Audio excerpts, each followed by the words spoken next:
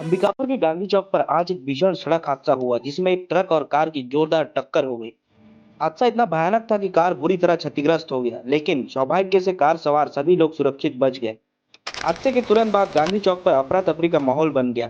स्थानीय लोगों की भीड़ घटनास्थल पर इकट्ठा हो गई।